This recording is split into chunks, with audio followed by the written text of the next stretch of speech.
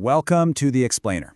So, have you ever felt just completely paralyzed by a choice? Like, every single option in front of you carries this impossible weight, and the anxiety of making the wrong move just literally freezes you in your tracks? I mean, we've all been there, right? But what if I told you that the ultimate guide to cutting through that exact very modern paralysis was actually written thousands of years ago on a literal ancient battlefield? Think about it. How do you find peace in the middle of a war? Because this is the exact paralyzing dilemma of Arjuna. He's a legendary warrior, but he's facing a devastating civil war against his own relatives, his teachers, his friends. And honestly, this isn't just some ancient historical event. It is a totally universal human problem.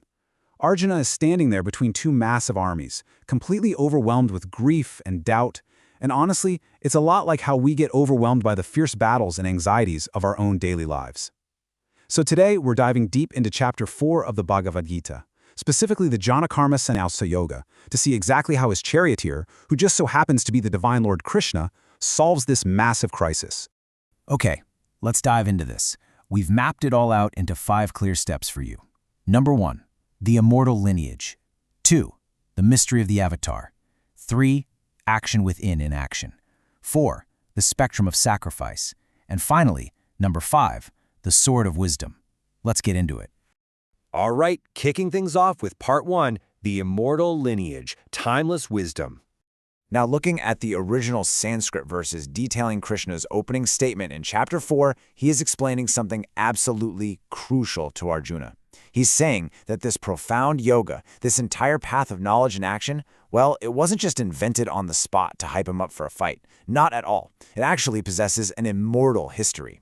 Krishna literally tells Arjuna, I taught this immortal yoga to Vivasvan.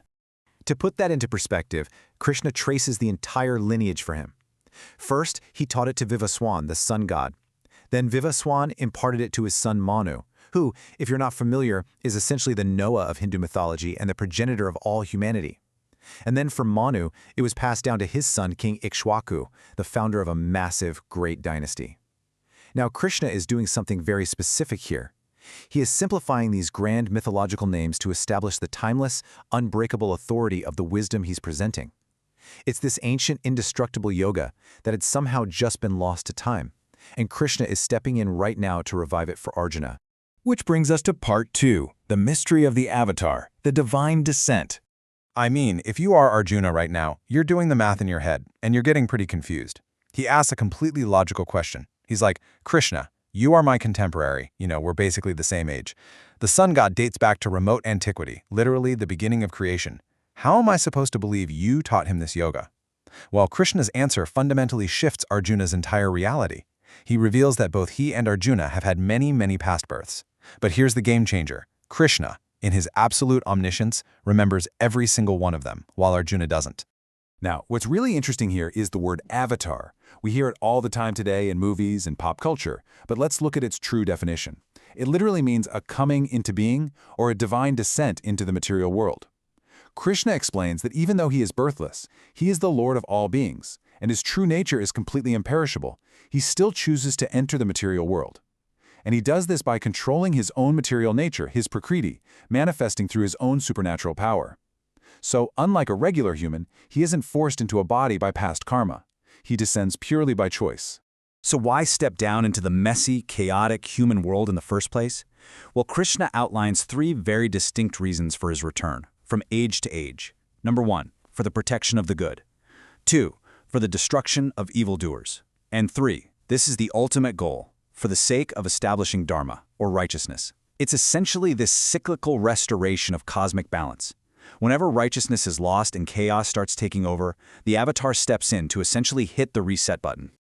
Let's move on to Part 3, action within inaction, the psychological paradox. Shifting over to our internal psychology for a second, let's compare 2 fundamentally different ways to live our lives. On the one hand, we have standard action. Now, this is how most of us operate every single day. Our actions are driven by desire, and we are completely attached to the fruits or the results of what we do. We work exclusively to get that promotion. We fight exclusively to get the victory. But honestly, this leads to massive anxiety, right? Because we can never, ever fully control the final outcome. But then, on the other hand, we have Krishna's yoga. His revolutionary approach is to perform action completely without attachment. It means doing what has to be done simply because it is your duty. You do it without obsessing over the reward at the end. And this paradox is just profoundly captured right here. He who has abandoned all attachment to the fruits of action, even when performing action, does in effect nothing at all. Just think about that for a second. Krishna is challenging us to understand that it's not the physical doing of a task that creates a heavy karmic burden. It is the selfish desire behind it. If you can renounce your attachment to the fruit of your labor, you can act fiercely. You can fight a battle to uphold dharma. You can live your super busy modern life. And yet internally, you remained completely free. You literally see action in inaction and inaction in action.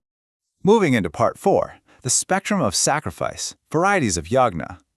So how do we actually practice this detached action in the real world? Well, the Gita takes the ancient concept of yagna, or sacrifice, and translates it into the different ways we humans dedicate our energy. As you can see, some people offer material sacrifice, wealth and physical possessions. Others offer the sacrifice of austerity through strict vows and self-denial. Some use the practice of yoga, physical and mental discipline, as their sacrifice. And finally, some strive for the sacrifice of knowledge through the deep, focused study of sacred texts. The original texts carefully categorize all these different sacrifices, but Krishna doesn't just list them randomly for the sake of it. No, he's building a hierarchy. He is guiding Arjuna step by step toward the ultimate realization. While all these methods are totally valid ways to dedicate your energy, they are definitely not all equal in their power to actually liberate the mind. The absolutely crucial point arrives when Krishna tells him, better than the sacrifice of material possessions is the wisdom sacrifice, Arjuna. All action, without exception, is fully comprehended in wisdom. He's basically saying that dedicating yourself to the pursuit of knowledge is vastly superior to merely offering up physical goods. And why is that? Because without wisdom, even our sacrifices can just become these tricky traps for the ego. Wisdom is the foundational realization that allows you to act without attachment in the first place. I love this imagery. Think of the fire of knowledge reducing all actions to ashes. Just as a blazing, kindled fire burns firewood down into ash, true knowledge completely burns away all of your delusion and your karmic debt. When you truly, deeply know the mechanics of reality, when you understand that material nature is simply acting upon material nature, your actions no longer leave this sticky karmic residue on your soul. You are finally truly free.